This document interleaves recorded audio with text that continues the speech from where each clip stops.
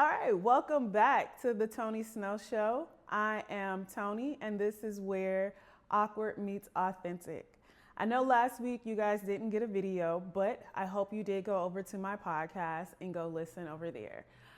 If not, make sure you go ahead, drop down in the description. I will have all of that information for both my podcasts on Spotify and on Apple Podcasts.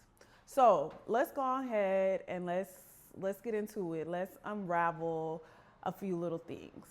I had recently been diagnosed with ADHD. Hence why my channel is called The Tony Snow Show, where awkward meets authentic. And here's just another layer of me sharing a part of me with you guys, and hopefully somebody out there can definitely relate to what I'm about to get into.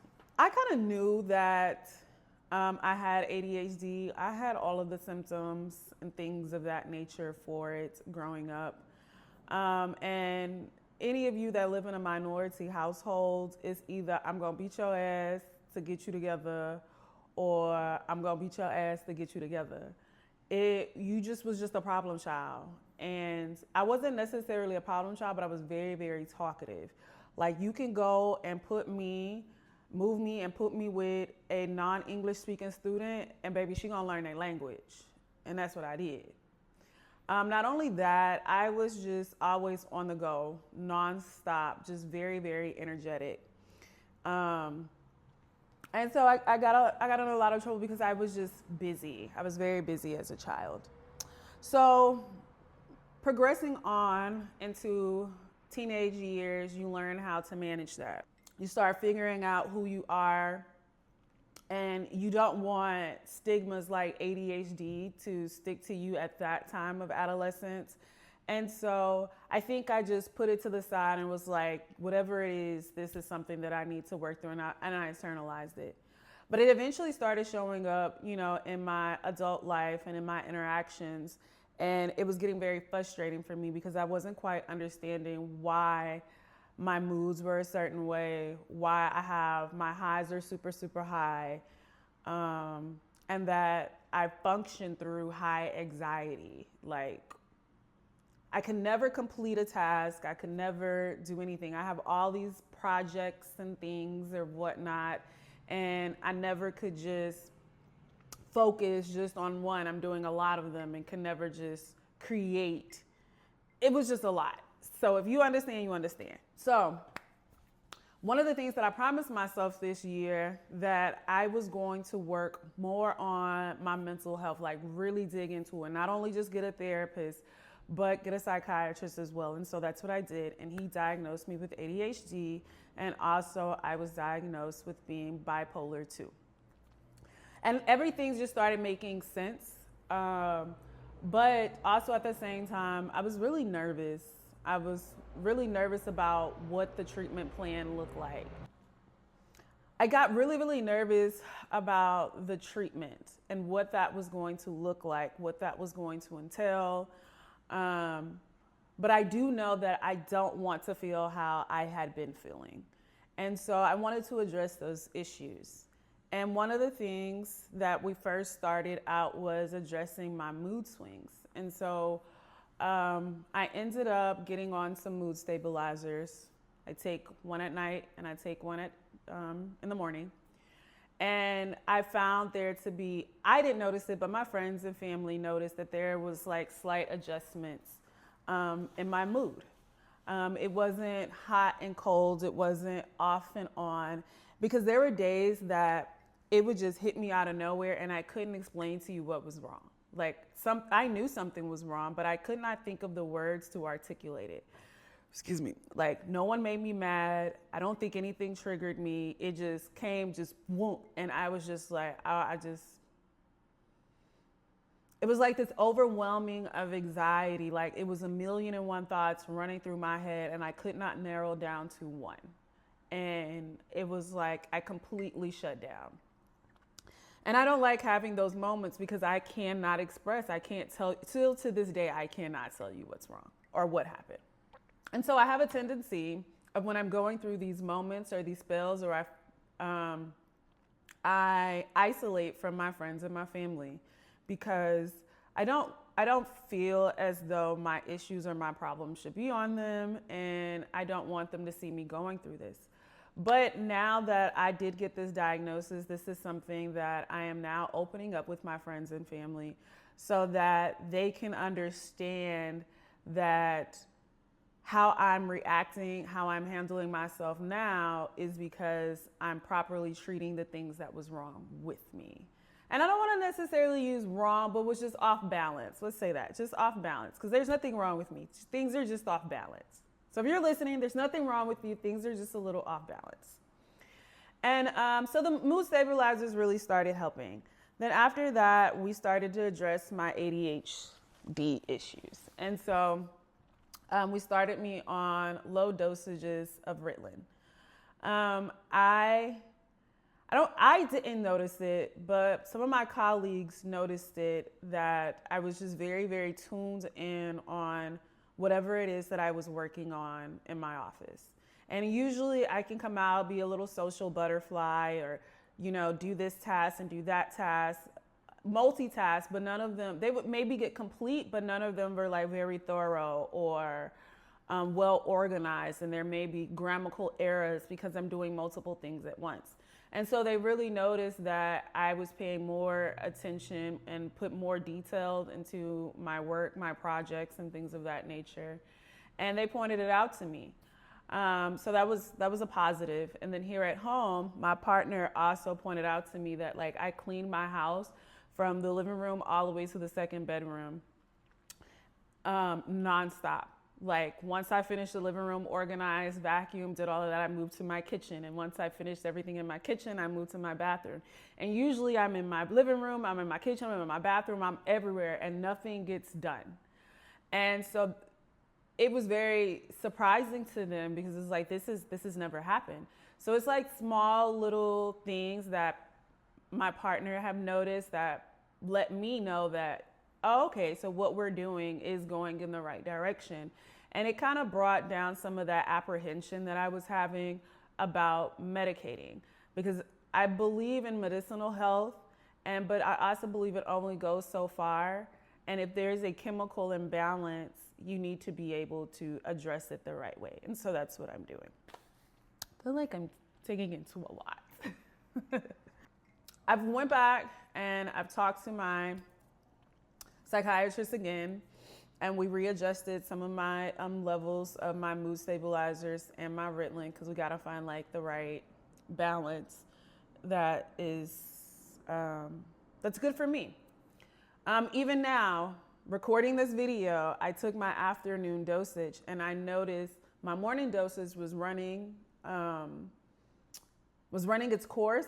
I was coming down off of it, and I could tell by how spacey I was getting, and I was getting very fidgety. Things that would normally happen when my ADHD is kicking in, I found myself, I wasn't able to focus and do what I needed. And so it's a lower dosage that I take in the afternoon, but it extends it out for me. And so now it is allowing me to be productive, because I'm going to be honest with you guys, having ADHD, there's a lot of procrastination that goes on. And I was not aware of that until I started taking my medication and realized how my procrastination was hindering me. And a lot of people don't like to talk about that. So, while we're here, we're gonna dig into it. So one of the side effects, or one of the symptoms of ADHD is procrastination. And I am, because I'm working through it, a big procrastinator. I would get it done, but I would wait till the very last minute, and all this anxiety would come on me, and then I would focus and get it done. That's crazy, because that was bringing up my stress levels, and it affects you in other ways. Excuse me.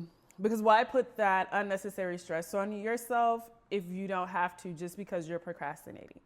And sometimes the procrastination could be due to that I don't know how to do it, but that wasn't the case for me. My procrastination was of putting myself out there. And I'm going to speak in the realm of my content on YouTube and on my podcast. I would go and I would script everything out. I would write my scripts. I would get an idea of what it is that I wanted to talk about on my video and how I wanted to be conveyed on my podcast. And so I would have all this stuff done, but when it came down to me filming or when it came down to me recording audio, I would just put it off. Didn't really have a reason why. I was like, okay, I'll get to it the next day. I know everything has to drop on Wednesday. You know, this would be easy for me to edit. I can do this, yada, yada, whoop, whoop, whoop. I put all these things in my head to justify me pushing it off. And I notice when I'm on the medication, I do not put anything off. If it's on my to-do list, I knock it off and I go to the next. And that works because it helps me be able to do more within the 24 hours. And a lot of people don't want to accept the fact that when you procrastinate, you're really taking away precious time that you could have used maximizing to do or elevate something in your life to make you a better person. So ADHD affects a lot of things in your life. Again, this is just my story and what I've noticed that I ran into, and it also is a test to my awkwardness. Just me being busy. I really hated when people would tell me that I was all over the place, but now I understand from their perspective. I'm still doing a lot of things, but they're organized, they're in order. They have a beginning and an end. You know, I'm completing them. So it's a little different. I like it. I like where I'm at. And with that, I decided to get another therapist. I had been using one before, and, you know, I kind of fell off, just to be quite frank, to be honest. You know, I kind of fell off, didn't really keep up with it.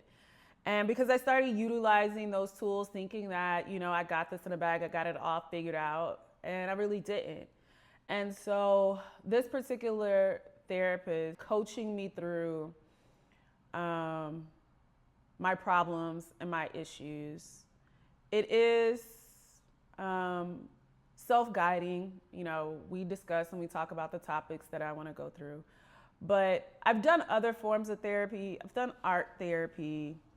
I've done cognitive therapy. And I kind of want to do something a little bit different because I want to kind of really address my compulsive behaviors, which also is a symptom of ADHD. You know, I want to address those. I want to address my compulsive behaviors. I want to address this barrier, and this is me being honest, this barrier of going to the next level. Like, I've accomplished so much in the past 7 years that I wanted to. Like, I had a list and I'd done everything that I wanted to do in these past 7 years. And there is a part of me that will not allow myself to go further because I am afraid of the greatness that is on the other side. Because I know it's greatness over there. And I don't know if that's something that you guys or anybody out there has ever sat with themselves and was like, there's nothing holding me back, nothing, but myself. Because it's not that I'm afraid that I'm gonna fail, because I'm okay with the failure part. I'm fine with that. I know how to recover from that. I know how to learn from that. But the greatness part, getting to that point and being great and being good at it, and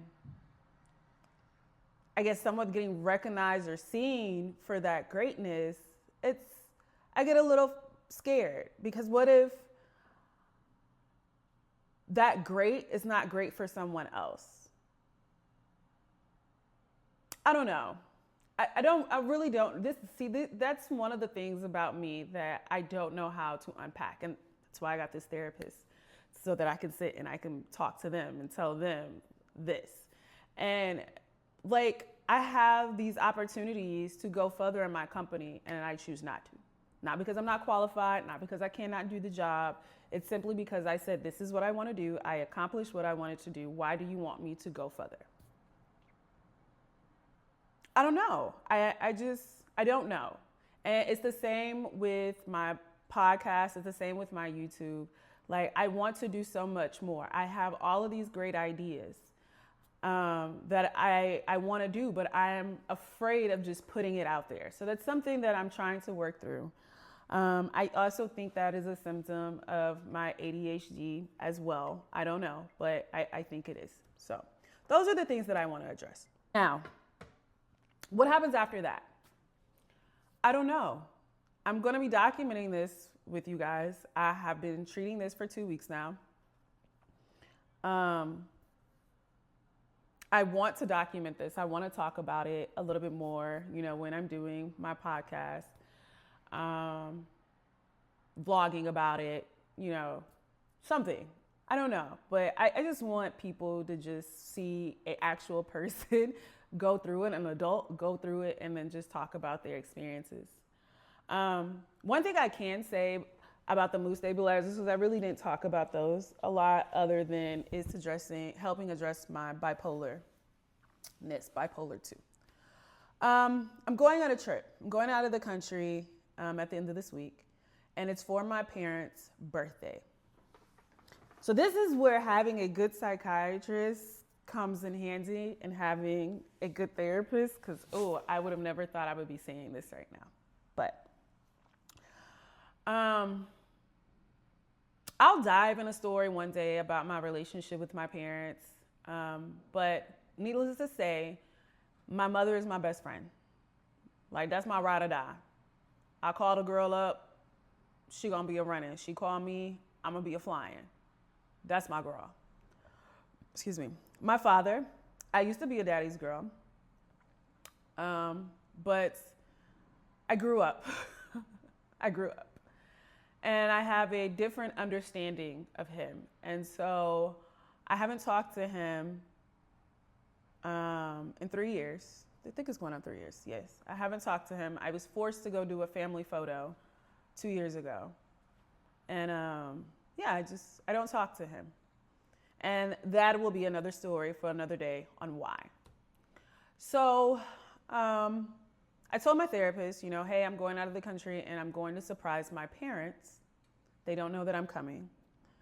And I am open to a conversation with my father. I never thought that I would be in a place to be open to have a conversation with him, because as I'm learning with having ADHD and also being bipolar, you have an all or nothing mentality. I don't see gray. I'm black and white. It's either this or it's that. I go from 0 to 100. As I'm learning more and more about this uniqueness of myself, I'm learning how it manifests itself in my interactions with people. And so the issue with my father, I made the decision to cut him off completely. And I made that decision because I did not receive an acknowledgement of accountability or an apology for him.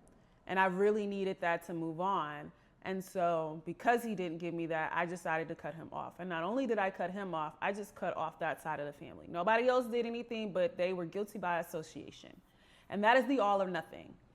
And I gradually have been peeling back the layers on that, because my other family members had nothing to do with how my father treated me. And they should not be casualties because of something that he did. So I gradually started working myself back around my family members because I miss them, and they shouldn't have to suffer, and I shouldn't have to suffer. So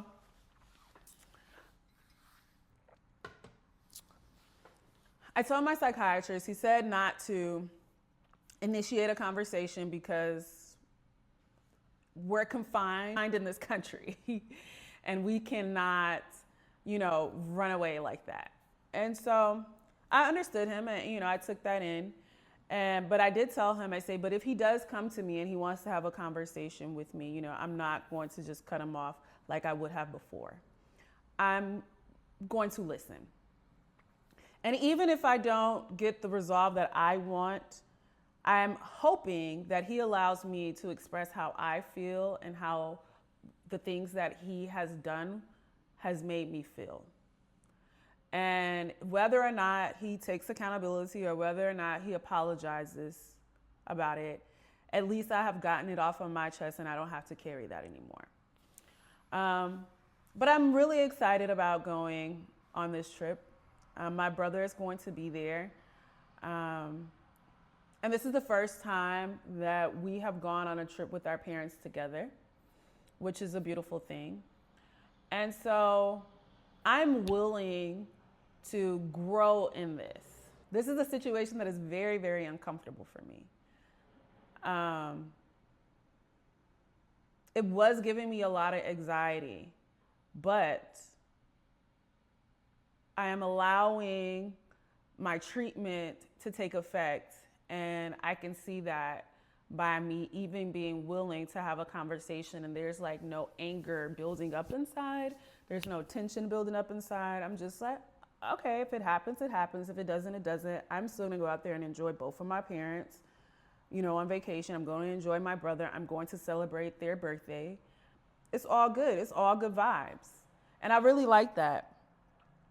I really, really like that. And my psychiatrist says, you see, it's the medication. It's working, because you weren't like this when you came in before. You were just like, And yeah, I'm like, I'm really digging this. I'm really digging this. So I wanted to bring that up, that I will be going out the country. While I'm there, I will be doing a vlog. So be looking for some little shorts, and then I'll put a vlog together so that you guys can see my trip and see where I was at. So tell you guys about that. I hope that anybody that has ADHD embraces it. Like, don't look at yourself as a problem, because that's what I did. I was looking at myself as a problem. I was just wondering why I just could not regulate my emotions when it came to certain situations, why I would just blow things up, and I just couldn't understand it. And that gets so frustrating. And so I'm really glad that I'm in this place. I'm in this place of healing. I'm in this place of just accepting every flaw about me, good, bad, or indifferent. I'm really in that place. So to all of my awkward people out there, be authentic with yourself. The only way you can be authentic with yourself is accepting everything about you, everything. And I'm in that space where I am learning to accept every single thing about me. I'm also sitting and enjoying the process. Whether it makes me feel good, whether it makes me feel sad, feelings change and they're temporary. But you'll never truly understand what you're going through or another person is going through if you don't actually just sit through it and deal with it. I'm not running from it. I'm looking at this head on. I'm addressing it head on. And so far, I'm happy with those results. That's it for the Tony Snow Show, y'all. So make sure you like this video. Make sure you subscribe to this channel. Make sure you share. But most of all, make sure you stay awkward. Make sure you stay authentic. Love always, Tony.